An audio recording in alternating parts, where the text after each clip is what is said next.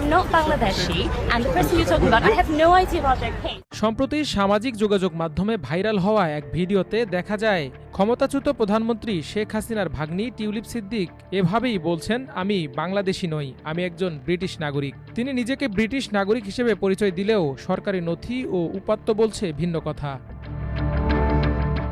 সরকারি নথি যাচাই বাছাই করে দেখা গেছে টিউলিপ সিদ্দিক বাংলাদেশি নাগরিক। তার নামে রয়েছে বাংলাদেশি জাতীয় পরিচয়পত্র ও পাসপোর্ট। জমা দিয়েছেন আয়কর রিটার্ন। সব প্রমাণপত্র বলছে তিনি বাংলাদেশি নাগরিক ও ভোটার।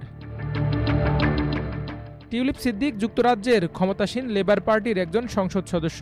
2017 সালে এক সাংবাদিকের প্রশ্নের জবাবে তিনি বাংলাদেশি নাগরিকত্বকে অস্বীকার করেন। এদিকে নির্বাচন কমিশনের এক কর্মকর্তা জানিয়েছেন, শেখ হাসিনা, টিউলিপ সিদ্দিক সহ শেখ পরিবারের 10 সদস্যের এনআইডি লক করা হয়েছে। দুদক সূত্রে টিউলিপ সিদ্দিকের জাতীয় পরিচয়পত্রের নম্বর জানা যায়। এটি 2011 সালের 3 জানুয়ারি ইস্যু করা হয়েছিল। এনআইডি অনুসারে তার নাম টিউলিপ রিজওয়ানা সিদ্দিক, তার বাবার নাম শফিক আহমেদ সিদ্দিক এবং মাতার নাম রেহানা সিদ্দিক। জন্ম 16 সেপ্টেম্বর 1982। রক্তের গ্রুপ বি পজিটিভ। ঠিকানায় লেখা রয়েছে বাসা নম্বর 54, রোড নম্বর 5, ধানমন্ডি। ডাকঘর new market 1205, Dhaka city corporation, যা আওয়ামী লীগ সভানেত্রী শেখ হাসিনার বাসভবন সুধা সদনের হোল্ডিং নম্বর। এনআইডি ছাড়াও টিউলিপ সিদ্দিক নির্বাচন কমিশনের তালিকাভুক্ত ঢাকার ভোটার। 2024 সালের 19 ডিসেম্বর হালনাগাদ তথ্য অনুসারে তার ভোটার নম্বরও জানা গেছে। খোঁজ নিয়ে দেখা যায় টিউলিপ সিদ্দিকের বাংলাদেশি পাসপোর্টও রয়েছে।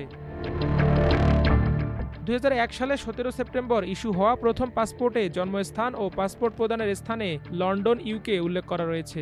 অর্থাৎ লন্ডনে থাকা অবস্থায় পাসপোর্টটি করা হয়, যেখানে উচ্চতা 5 ফুট, পেশা শিক্ষার্থী, নাম রিজওয়ানা সিদ্দিক, বাবা ডক্টর শফিক আহমেদ সিদ্দিক, মাতার নাম রেহানা সিদ্দিক উল্লেখ আছে।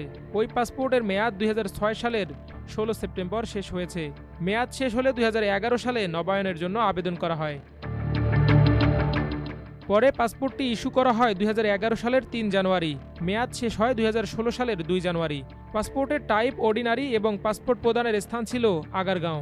অর্থাৎ বাংলাদেশে বসেই পাসপোর্টটি নেওয়া হয়েছে। সেখানে এমার্জেন্সি কন্ট্যাক্ট পারপাস হিসেবে সাবেক প্রধানমন্ত্রীর প্রতিরক্ষা বিষয়ক উপদেষ্টা তারেক আহমেদ সিদ্দিকের নাম ও ঠিকানা দেয়া রয়েছে।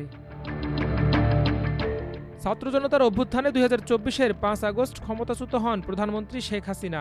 এরপর শেখ হাসিনার শাসনামলের নানা ধরনের দুর্নীতির অভিযোগ বড় পরিসরে তদন্ত শুরু করে দুদক।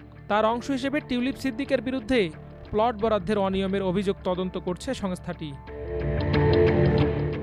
বাংলাদেশে তার বিরুদ্ধে তদন্ত শুরু হওয়ার পর আলোচনা সমালোচনার মধ্যে গত 3 জানুয়ারিতে যুক্তরাজ্যের অর্থ মন্ত্রণালয়ের সিটি মিনিস্টার পদ থেকে পদত্যাগ করেন।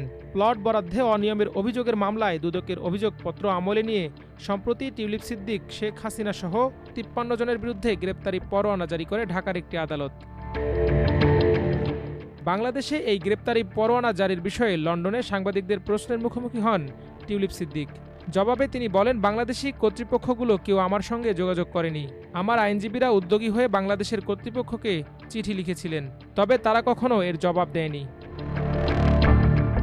মাল্টিমিডিয়া ডেস্ক, আমার দেশ।